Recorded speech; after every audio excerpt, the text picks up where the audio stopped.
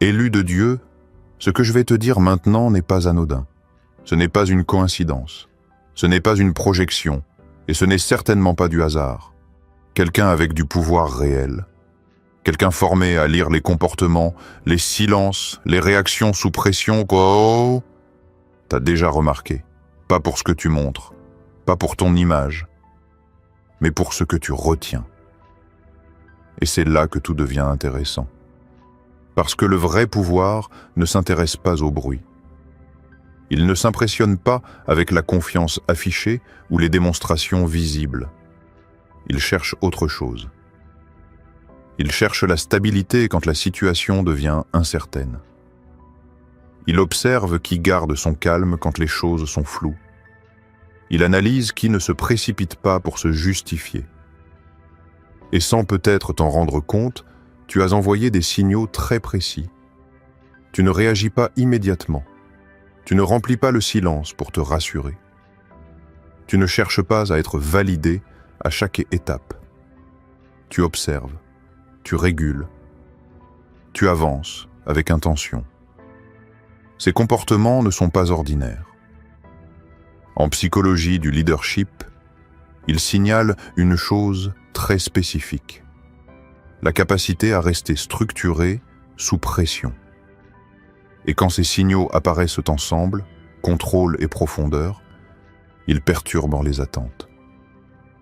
On commence à se poser des questions sur toi, pas à voix haute, mais en interne. Et voici la vérité que peu de gens comprennent. Quand tu es remarqué par le pouvoir, tu ne reçois pas d'applaudissements. Tu reçois du silence.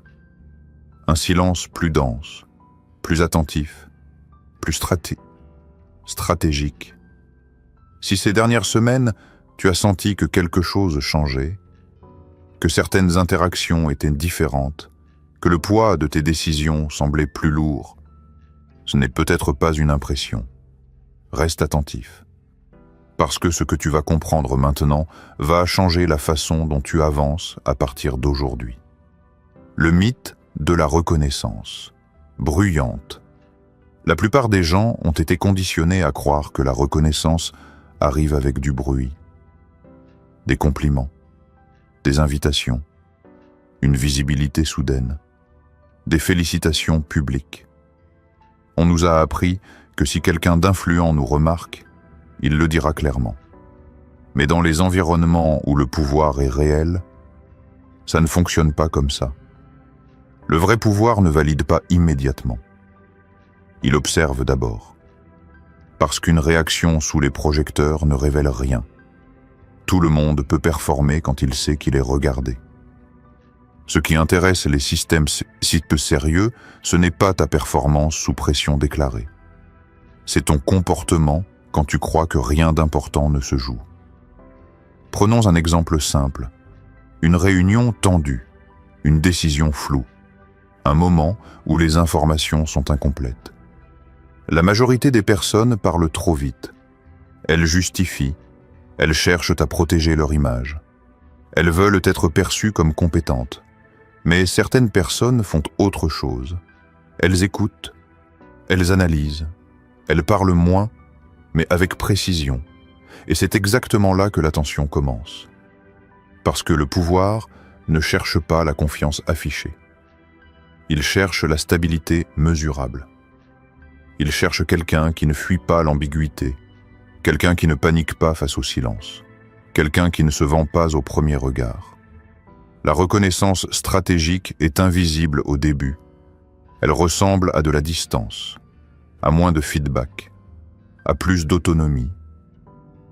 Et c'est là que beaucoup se trompent. Ils interprètent le silence comme un désintérêt, alors qu'en réalité, c'est une phase d'évaluation. Dans les structures hiérarchiques sérieuses, l'attention ne se donne pas, elle s'investit. On observe comment tu réagis quand rien n'est clair. On mesure si ton calme est constant ou circonstanciel. On vérifie si ta retenue est une stratégie ou une façade. Et si tu as été remarqué silencieusement, cela signifie une chose très précise. Ce n'est pas ton effort qui a attiré l'attention. C'est ton fonctionnement naturel. Et ça, c'est beaucoup plus puissant. Parce que ce que tu fais intentionnellement peut être imité. Mais ce que tu es sous pression ne peut pas être simulé longtemps. C'est là que la reconnaissance réelle commence. Pas avec du bruit, avec une observation attentive. Et ce n'est que le début. La phase d'observation silencieuse. Il y a une étape dont presque personne ne parle. La phase où tu es observé sans le savoir. Dans les environnements stratégiques, qu'il s'agisse d'entreprises, de leadership ou de structures d'influence, l'évaluation ne commence pas par une promotion, elle commence par une lecture.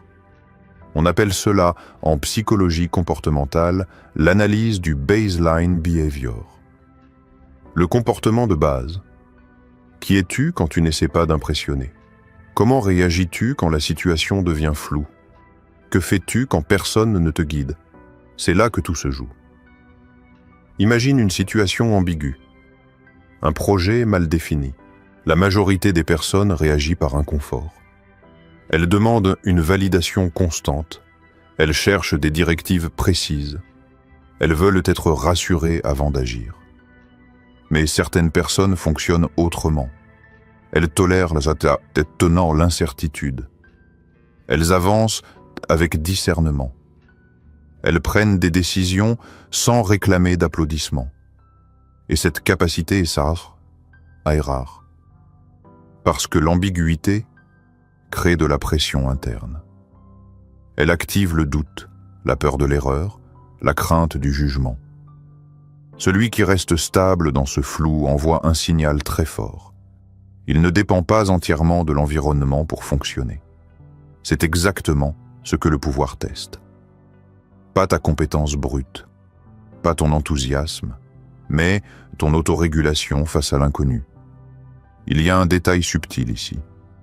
Quand quelqu'un commence à t'observer stratégiquement, il ne change pas son comportement immédiatement.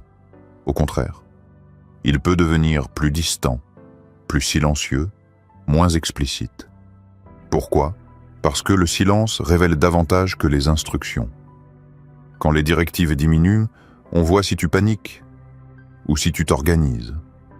Quand le feedback ralentit, on observe si tu perds confiance ou si tu restes aligné. C'est ce qu'on appelle la responsabilité non guidée. Et très peu de personnes la traversent avec maturité.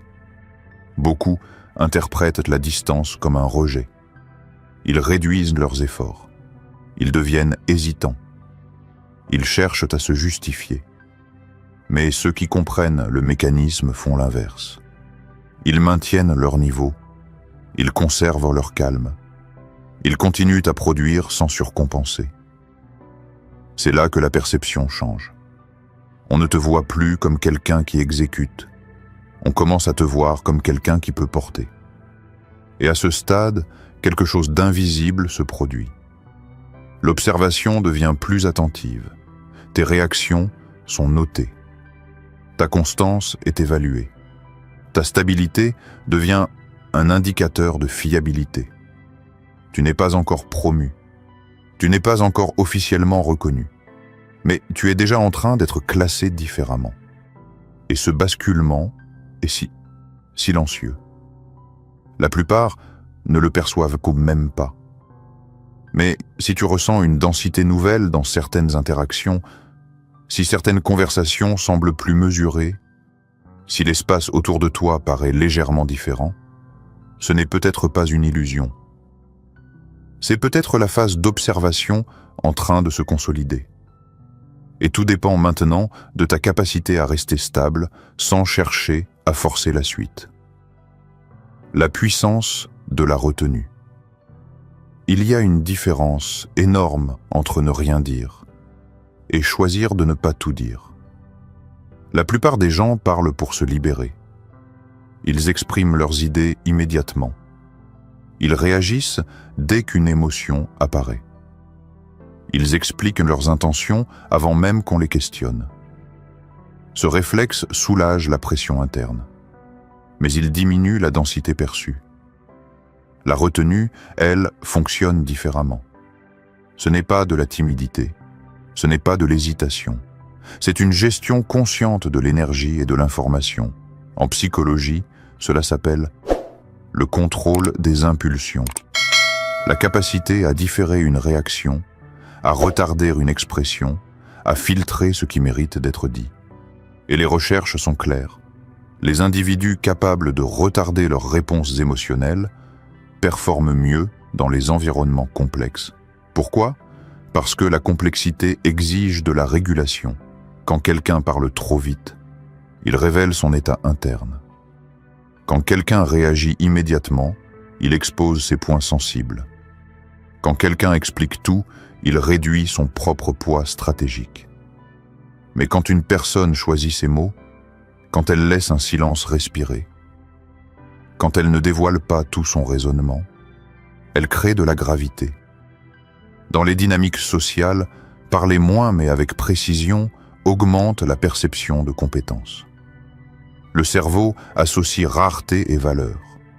Ce qui est constamment disponible perd en impact. Ce qui est mesuré gagne en importance. C'est pour cela que ta retenue a pu être mal interprétée. Certains ont cru que tu manquais d'assurance, d'autres ont pensé que tu étais distant. Mais ceux qui comprennent les structures de pouvoir ont lu autre chose. Ils ont vu une personne qui ne gaspille pas son énergie, une personne qui ne cherche pas à être rassurée, une personne qui peut contenir une intensité sans la disperser. Et cette capacité change complètement la manière dont on te perçoit. Parce que quelqu'un qui retient montre qu'il possède quelque chose à retenir, une profondeur, une ambition, une force. La retenue signale que tu contrôles ton rythme. Et dans les systèmes sérieux, celui qui contrôle le rythme influence l'issue. Ce n'est pas une question de domination, c'est une question de maîtrise. Et la maîtrise attire toujours l'attention, pas bruyamment, mais stratégiquement. L'illisibilité stratégique. Les systèmes hiérarchiques aiment ce qu'ils peuvent lire facilement. Quand quelqu'un est émotionnellement prévisible, on sait comment l'influencer. On sait quoi lui dire pour le rassurer. On sait quelle pression appliquer pour obtenir une réaction. La prévisibilité rassure, mais elle rend aussi manipulable. À l'inverse, une personne difficile à lire crée une légère tension, pas parce qu'elle manipule, mais parce qu'elle est cohérente intérieurement.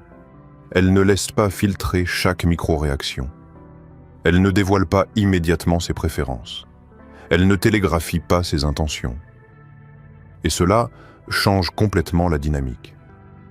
En psychologie de la négociation, on observe un phénomène clair. Les individus qui révèlent en moins d'informations obtiennent souvent de meilleurs résultats. Pas parce qu'ils trompent, mais parce qu'ils contrôlent le rythme et la divulgation. Quand tout est visible, il n'y a plus de marge. Quand certaines choses restent internes, l'équilibre se déplace. Ton illisibilité n'est pas du mystère forcé, c'est de la stabilité. Quand ton état interne est régulé, tu ne fuis pas l'information à travers des gestes nerveux, des réactions excessives ou un besoin de te justifier. Tu écoutes, tu observes, tu réponds au lieu de réagir. Et cela perturbe légèrement les structures habituelles. Parce que dans beaucoup d'environnements, les rôles sont implicites. Certains dominent, d'autres suivent. Certains exposent, d'autres absorbent. Mais une personne stable et difficile à lire ne rentre pas immédiatement dans ces cases. Elle oblige les autres à recalibrer. Et c'est précisément là que la tension augmente. Le pouvoir ne rejette pas ce qu'il ne comprend pas immédiatement. Il devient curieux. La curiosité mène à l'observation. L'observation mène à l'évaluation. Et l'évaluation modifie subtilement la trajectoire des interactions. Tu as peut-être remarqué ce phénomène. Des regards un peu plus longs, des silences légèrement plus denses, des questions indirectes. Ce ne sont pas des coïncidences. Quand quelqu'un réalise qu'il ne peut pas te lire instantanément, il commence à te considérer différemment. Pas comme un exécutant, pas comme un profil standard, mais comme une variable stratégique. Et dans tout système structuré, ce qui n'est pas facilement classifiable devient potentiellement influent. L'illisibilité maîtrisée ne crée pas la méfiance. Elle crée le respect prudent. Et ce respect est souvent le premier signe d'un changement de position invisible. L'isolement comme préparation. Il y a une phase que presque personne n'associe au pouvoir. L'isolement. Ces périodes où tu as eu l'impression d'être en retrait, moins sollicité, moins entouré, moins compris. Sur le moment, ça ressemble à un rejet. Mais dans beaucoup de trajectoires d'influence, l'isolement n'est pas une exclusion, c'est une préparation. Quand le bruit social diminue, quelque chose d'autre augmente, la confrontation avec soi-même. Sans distraction constante, tu vois plus clairement tes limites, tes schémas, tes peurs, tes ambitions réelles. C'est inconfortable, parce que l'isolement retire les validations rapides. Il n'y a plus d'applaudissements pour te rassurer, plus de réactions immédiates pour confirmer ta valeur. Il ne reste que ton dialogue interne. Et c'est précisément ce qui renforce la structure. Les environnements exigeants ne cherchent pas des personnes dépendantes de l'attention. Ils cherchent des individus capables de fonctionner sans renforcement constant. L'isolement développe 3 choses essentielles: la patience, l'autonomie émotionnelle, la clarté.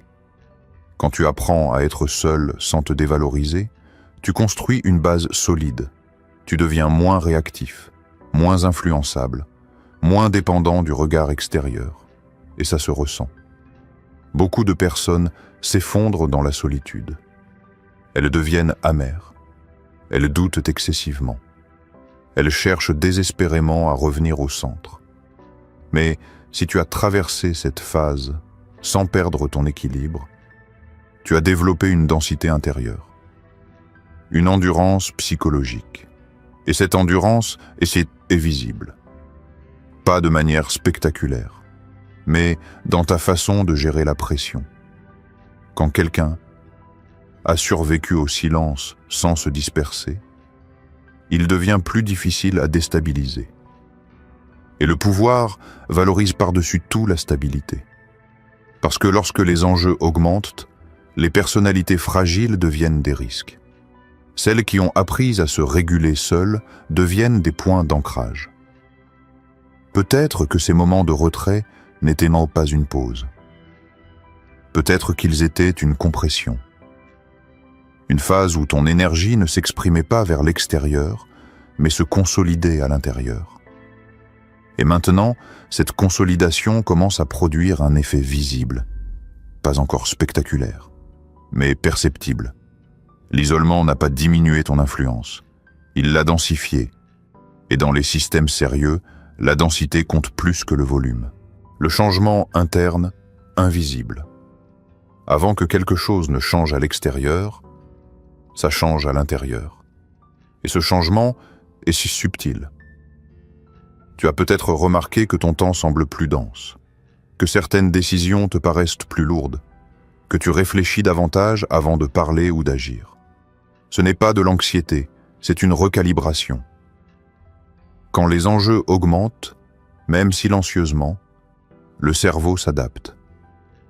Il filtre plus d'informations. Il ralentit les réactions impulsives. Il évalue davantage les conséquences à long terme. En psychologie cognitive, on observe que lorsque la perception de responsabilité augmente, l'attention devient plus sélective. Tu commences à penser en termes d'impact. Tu mesures plus précisément tes paroles. Tu économises ton énergie.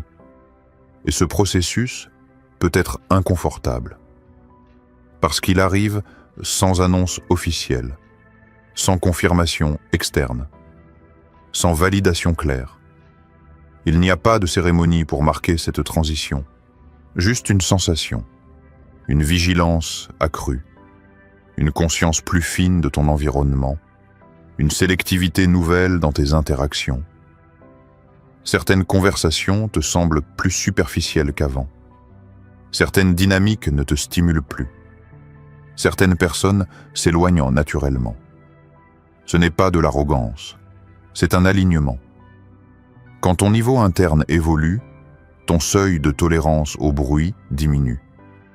Tu deviens plus attentif à la qualité qu'à la quantité, plus sensible à la cohérence qu'à l'apparence. Et cette phase peut donner l'impression d'être entre deux mondes, plus tout à fait dans l'ancien, pas encore installé dans le nouveau. C'est un espace de transition, un espace où l'observation extérieure se combine avec une restructuration intérieure. Tu ajustes ton identité à une responsabilité que tu ne vois pas encore clairement, mais que ton système nerveux semble déjà anticiper. Ce n'est pas une coïncidence. C'est souvent le signe que quelque chose monte en niveau, silencieusement. Et ce que tu feras dans cette phase déterminera la stabilité de la suivante.